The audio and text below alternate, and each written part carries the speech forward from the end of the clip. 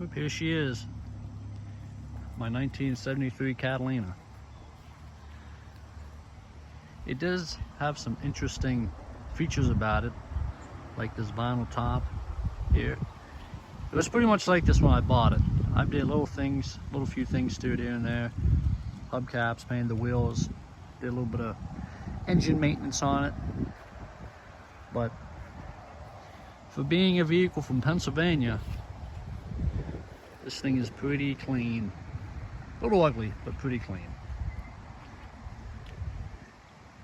I did some welding and painting up here. There was a boomerang antenna on this vehicle at one point. I just welded the hole shut. Did a little bit of body work and just painted it for now. I didn't want any moisture getting in there. A little bit of rust on the back windshield. Pretty common on these vehicles, especially because of this vinyl roof. If it was up to me and I was going to keep it, I'd probably take it off. But that's just me. Here's the interior. That was redone at some point in its life.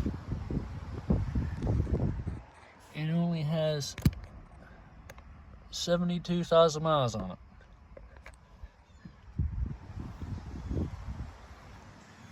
Gonna open up the hood.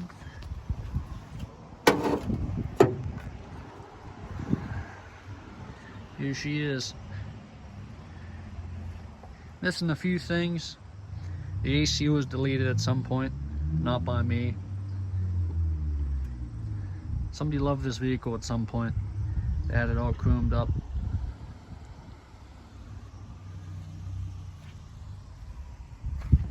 But to my understanding, when this vehicle was bought new in Fairchance, Pennsylvania, which is about an hour and a half from here,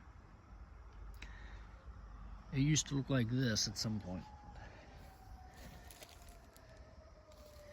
A nice baby blue. And the reason I know that is because of this here. I believe this gentleman, who I'm actually going to be seeing later today, is named Don. And I do believe he did all this custom work to this vehicle at some point when he had it. So to give you guys some backstory on this vehicle, I bought this in October of 2021 from a garage down in Lawrenceville. It's called Steel City Speed and Custom. And the guy down there, Ian Stowe, he's the owner. Super cool guy. Super cool guy. I mean, he's been collecting a bunch of vehicles for a very long time. And he actually had 2 or 3 of these Grantvilles down there as well as his Catalina, so he knows a whole bunch about these. But he told me that, you know, it sat for about 15 years or so before he got it. He got it running and whatnot, and I got it. But I'll tell you what, this has been probably the best vehicle I've ever bought. Before I bought this, I bought a lot of rust buckets and a lot of junk because, you know, I saw the potential in vehicles and stuff, and, you know, said, oh, you know, I can do this, this, and this. Well, I'd get over my head, and I couldn't finish things and whatnot. But then again, I didn't have a garage or anything either, like I do now. But the only thing I've ever done to this was exhaust tips, a modulator valve cover gaskets, just a whole bunch of little things, little TLC things. Other than that, she's been running sweet. Well, we're pulling up to Don's house now. We're just a couple houses away. I honestly can't wait to see a look on his face. I don't think he's seen this vehicle for a long, long time. Here he is now. Well, yeah. These here, I had all the chrome done. Everything was done chrome. The chrome, I had it redone. These all the chrome was redone. Let me look at. Oh yeah, let me pop. Let me open this up. Let me pop the hood for you. Yeah, I forgot about it.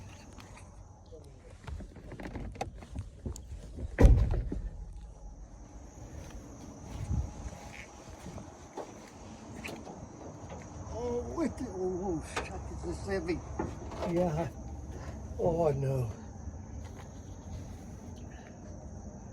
There was the original chrome.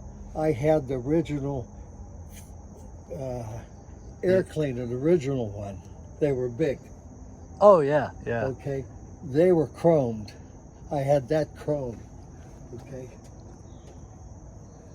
Yeah, when I bought the car, there was no air cleaner on it, so I had to go buy that one there.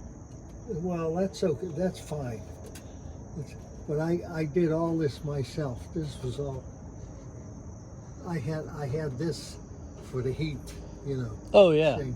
Of course, I painted all this beautiful for it. So he's on a head-on collision. Another car. The lady driving her car at that time, 72. I wanted a 72 though. Mm-hmm. I ended up getting this one. That's all right.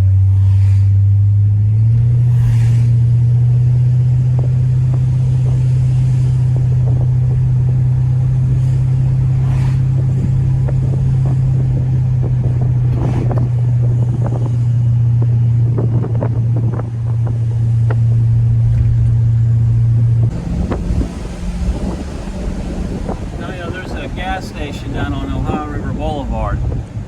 They got a 90 octane without any ethanol in it. Because I know the older cars will run better without any of that, you know. It didn't cost an arm and a leg. Yeah.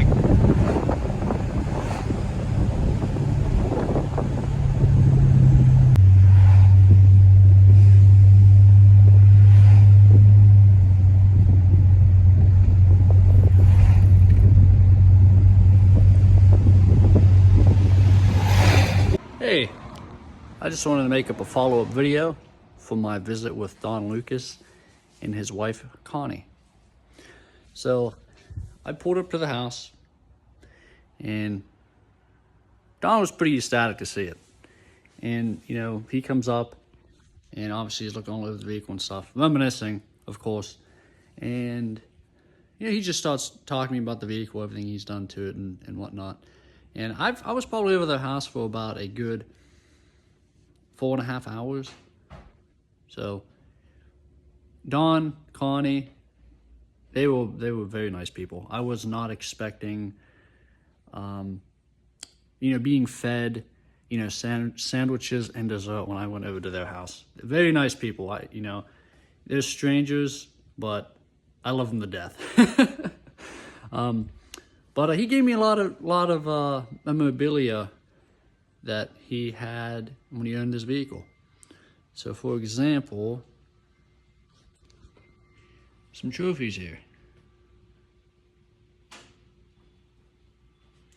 So, like this one's here from Fred's place. He got second place. This was from Pennzoil, Pine Hollow Pennzoil. This was a trophy from 1987. Another trophy here. Airport mirror and glass. And this one here is from, yeah, Pine Hollow Pennzoil, 1986. And he also gave me these here. So he told me that this plaque that was made in 1986. He said there was a gentleman that loved this Catalina so much that he went out and he custom made this for Don. And he's had it all these years. I'm not sure if this clock works. I never put batteries in it to see. But still a pretty neat piece. And I guess over the years, he went and got a bunch of different emblems and hood ornaments and everything for this vehicle. And as well as some vintage gauges he used to use for this too. And of course, you have a Pontiac, you have to have the Tiger Tail.